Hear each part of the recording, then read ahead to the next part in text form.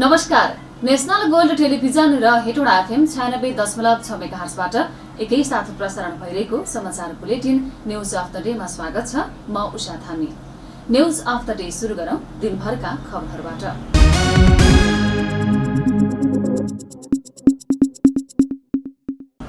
राष्ट्रपति रामचन्द्र पौडेलले हज कार्यलाई व्यवस्थित रूपबाट सञ्चालन गर्न समय अनुकूल नीति, नियम र प्रबन्ध मिलाउन सरकारको ध्यानाकर्षण गराउनु भएको छ। राष्ट्रपति भवन शीतल निवासमा शुक्रबार बिहान मक्का मदिनामा यस वर्ष हज गर्न जान लाग्नुभएका हज यात्रीलाई शुभकामना दिने क्रममा उहाँले यस्तो आग्रह गर्नुभएको हो। उहाँले बहुजातीय, बहुभाषिक, बहुधार्मिक तथा बहुसांस्कृतिक विशेषता रहेको नेपालमा मुस्लिम समुदायको संस्कृति, कला र परम्पराको आफ्नै विशिष्टता रहेको उल्लेख गर्नुभयो। इस्लाम धर्मावलम्बीहरूको विश्वास अनुसार यो यात्रा आध्यात्मिक पुनर्जन्म जस्तै जहाँ मानिसले अल्लाहको घर पुगेर आफ्नो सबै दोष र पापबाट मुक्त हुने अवसर प्राप्त हुन्छ। यस्तो पवित्र आस्था र विश्वास बोकेर जाने हजयात्रीहरूको सहजताका लागि सबै खालको सुविधा उपलब्ध गराउन सम्बन्धित निकायले ध्यान दिने नै छ भन्ने मैले विश्वास लिएको छु। हज कार्यलाई व्यवस्थित रूपबाट सञ्चालन गर्न समयानुकूल आवश्यक नीति, नियम र प्रबन्ध मिलाउनु पर्ने तर्फ सरकारवालाको ध्यान आकर्षण गर्न चाहन्छु। बहुजातीय, बहुभाषिक, बहुधार्मिक तथा बहुसांस्कृतिक विशेषता रहेको नेपालमा मुस्लिम समुदायको संस्कृति, कला र परम्पराको आफ्नै विशिष्टता छ। विविध जात जाति, समुदाय, भाषा भाषी, संस्कृति रहेको हाम्रो देशमा यसको संरक्षण र सम्वर्धनका लागि सबै एकसाथ मिलेर लाग्न र यसकै माध्यमबाट आपसमा भाइचारा, मित्रता र सद्भाव बढाउँदै राष्ट्रिय एकतालाई बलियो बनाउन आवश्यक छ। हज यात्राले यसमा ठुलो योगदान दिने विश्वास साथ तपाईहरूको यात्रा सफलताको शुभकामना व्यक्त गर्दछु। सलाम अलैकुम, हज मुबारक, जय नेपाल। पवित्र आस्था र विश्वास बोकेर जाने हज यात्रीहरूको सहजताका लागि सबै खालको सुविधा उपलब्ध गराउन सम्बन्धित निकायले ध्यान दिने पनि बताउनु भएको छ।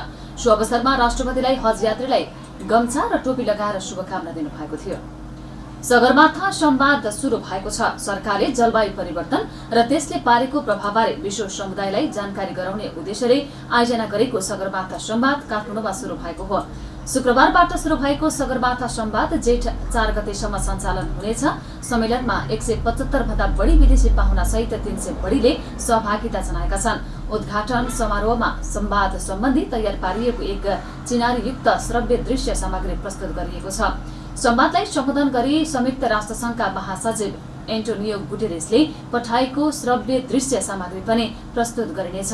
सबै सत्र शनिबार अपराह्न 4:30 सम्पन्न हुने कार्यसूची रहेको छ। कार्यक्रममा आउनुभएका पाहुनाहरूलाई शुक्रबार परराष्ट्र मन्त्री डाक्टर आर्जु राणा देउवाले स्वागत गर्नुभएको थियो। प्रधानमन्त्री केपी शर्मा ओलीले जलवायु परिवर्तन अब सुदूरको खतरा नरहेको स्पष्ट पार्नु भएको छ। शुक्रबारबाट काठमाडौँमा सुरु भएको सगरमाथा संवादको उद्घाटन सत्रलाई सम्बोधन गर्दै प्रधानमन्त्री ओलीले यस्तो बताउनु भएको हो। उहाँले जलवायु परिवर्तन अब सुदूरको खतरा नरहेको भन्दै यो अब अहिलेको समयको सबैभन्दा ठूलो चुनौती बनेको उल्लेख गर्नुभयो। Even in moments of deep division, it is not silence or shouting that helps us. It is honest conversation. It is honest listening. It is speaking from the heart. Sagarmatha Samvad is our humble attempt to carry this sacred legacy forward.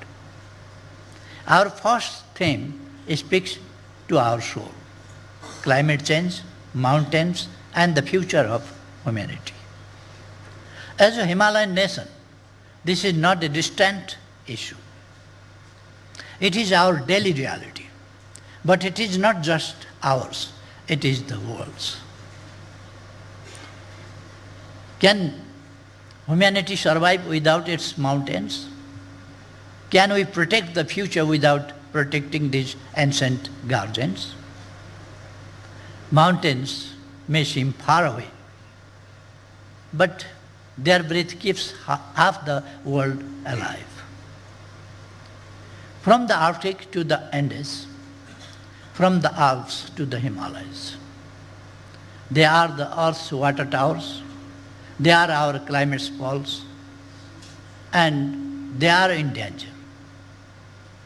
Their fragility is our shared vulnerability.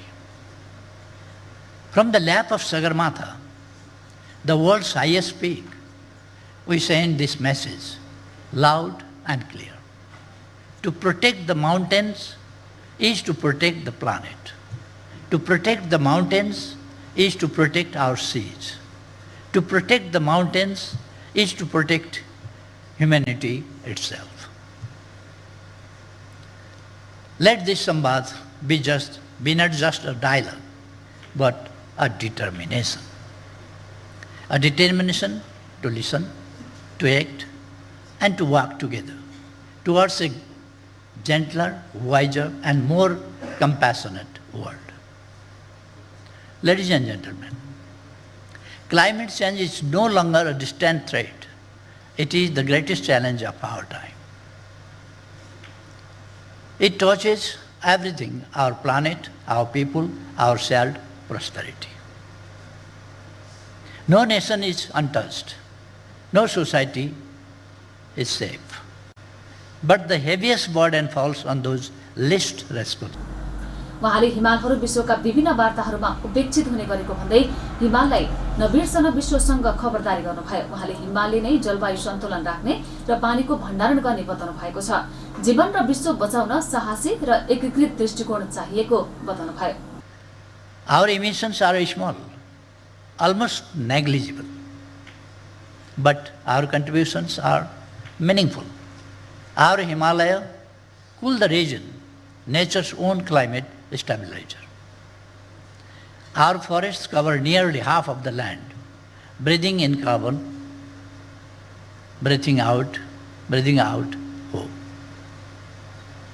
Our rivers flow from the high snows, quenching the thirst of millions. Our protected areas are sanctuaries, guarding the planet's rich biodiversity. Nepal has pledged net zero emission by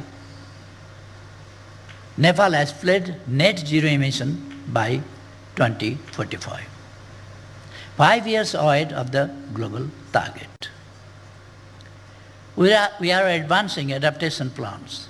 We are greening our economy. We are weaving sustainability into our national vision. Yet we cannot do it alone. No country can. Climate change is a global emergency. It calls for a global response. A response anchored in justice, rooted in responsibility, fueled by solidarity. Climate justice must lead the way.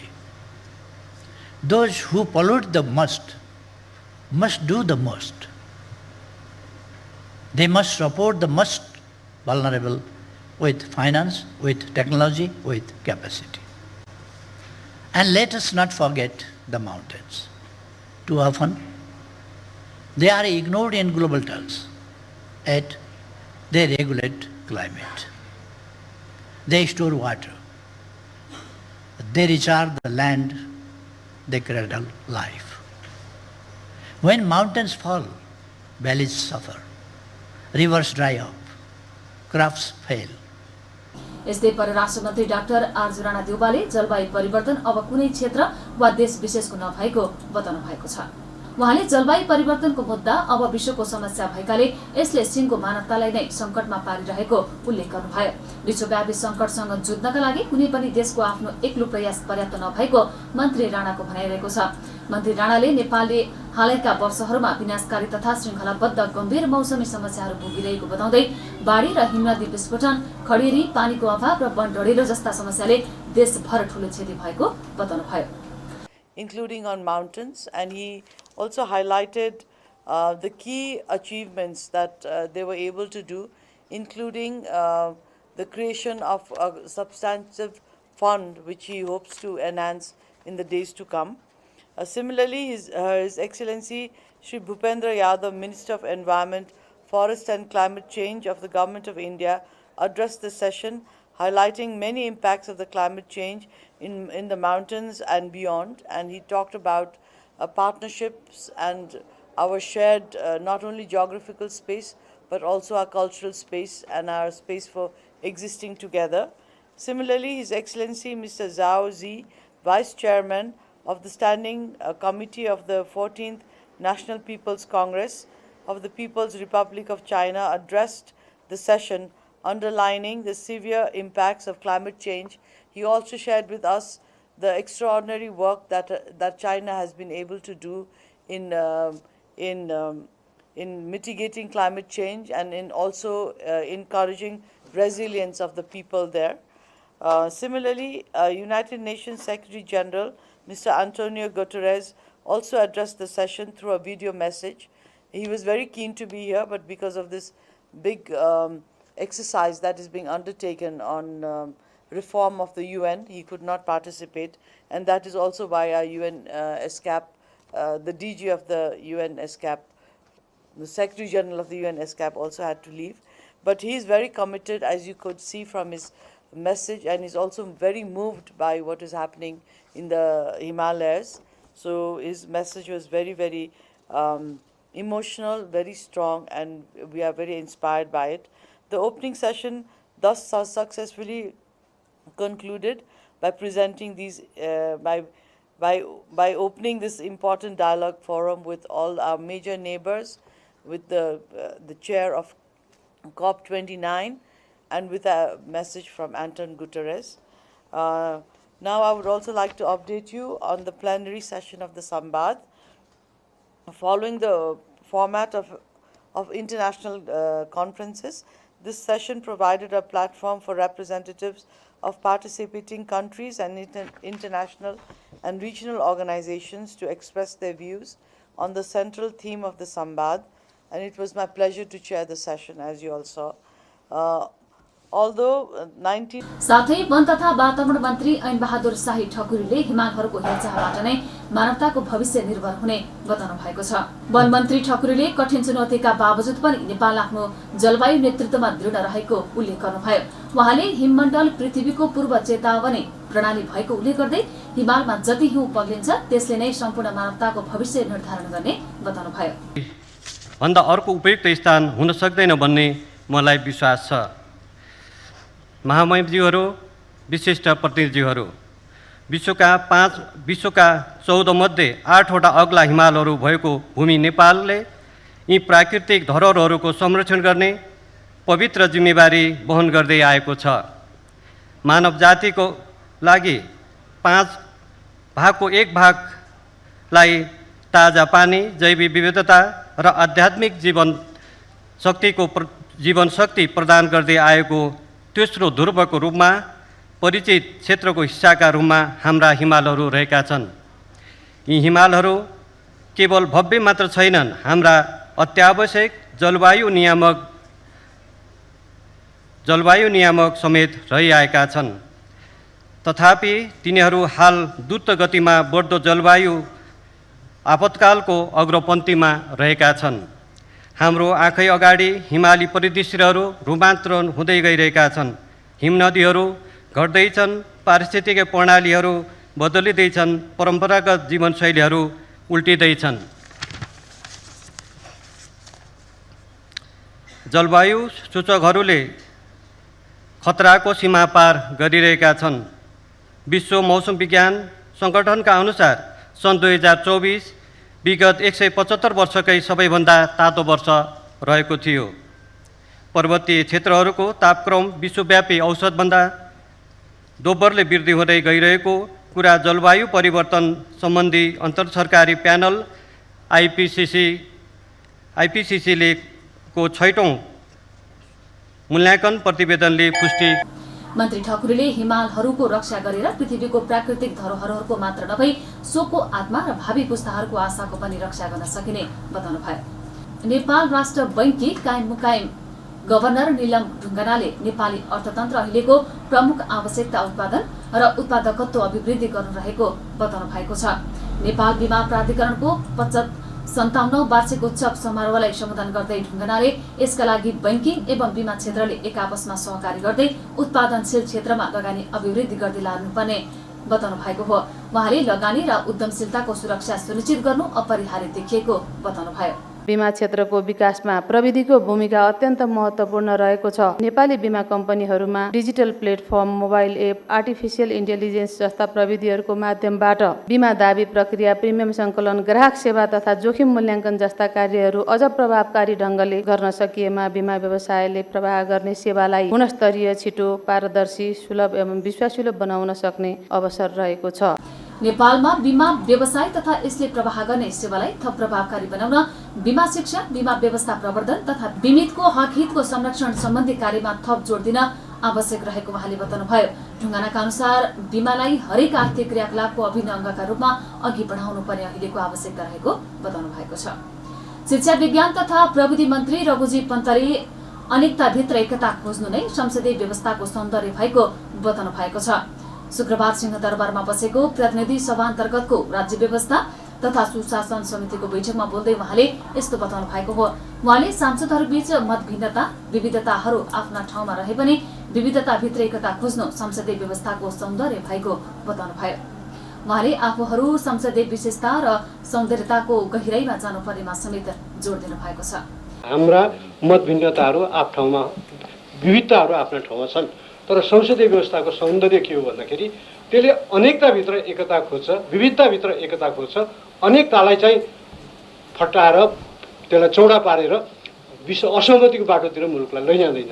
त्यसैले हामी देख्छौँ नि त हाम्रो character कस्तो भन्दाखेरि तिमीहरू नाटक गर्छौ कि क्या हो भनेर मलाई मेरो भतिजाले सोध्थ्यो कि भित्र चर्काचर्की बस गर्ने, बाहिर चाहिँ तिनीहरू नै बसेर चिया खाएर हाँसेर अनि त्यो त भित्रको त नाटक होला नि भनेर भन्थ्यो।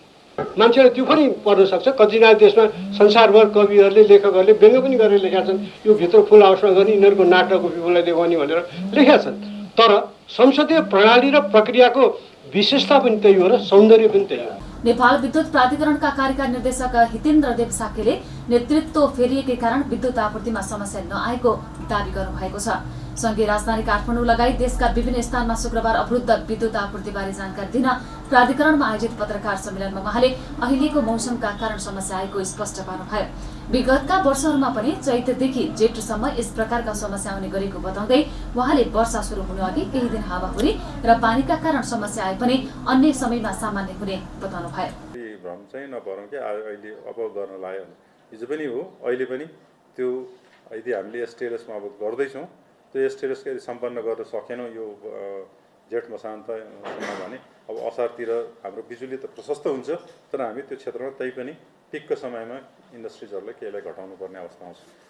सो इक्जाम्पल त्यो चाहिँ हो। र अर्को दोस्रो कुरा अहिले बढ्यो भन्ने एउटा अर्को कुरा एउटा त के भने सिस्टमले धान्न बढ्दै जाँदाखेरि, डिमान्ड बढ्दै जाँदाखेरि त्यसको लिमिटतिर पुग्यो, एउटा रिजन भयो।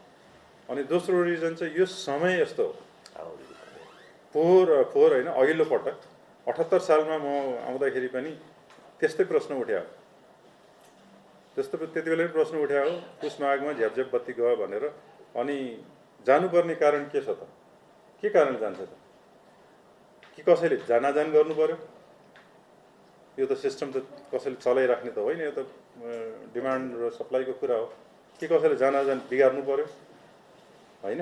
अनि यदि बत्ती जान्छ भने नेचरको कारणले अथवा कुनै सर्ट सर्किटको कारणले हुनु पर्यो।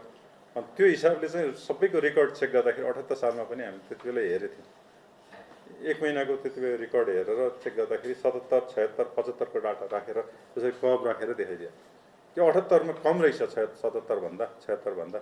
तर के चाहिँ फिल रहेछ भने मान्छेमा चाहिँ बढ्यो भन्ने एउटा चाहिँ सेन्सिटिभिटी त्यो हो।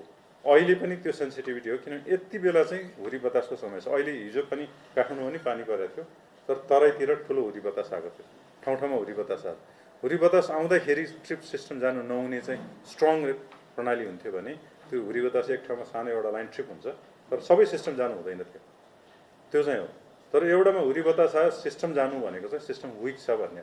सिस्टम विकलाई यहाँ राइट म्यान रङ त्यो सिस्टम मतलब मान्छेले बसाएर त रोकिराख्ने होइन, थामेर बस्ने होइन, ट्रिप भएपछि सिस्टम गयो।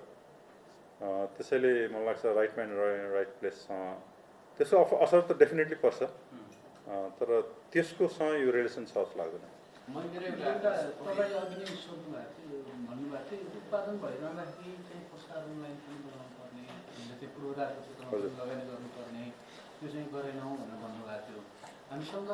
त्यो दरमा त्यही रेटमा चाहिँ गरेन जति गर्नुपर्ने, गर्न सकिएन। भनेको अहिले हामीसँग कति उत्पादन भएको छ, प्रसारण लाइनको कारणले गर्दाखेरि हामीले जोड्न नसकेको चाहिँ कति छ? प्रसारण लाइनको कारणले जोड्न नसकिएको केही उत्पादन केन्द्रहरू कन्टिन्जेन्सीमा बर्सातको समयमा उनीहरू 100% उनीहरू क्यापासिटीमा आउँदाखेरि उनीहरूले लोड घटाउनु पर्ने बाध्यताहरू, जस्तो दोर्दी करिडोर, मर्स्याङडीको करिडोर।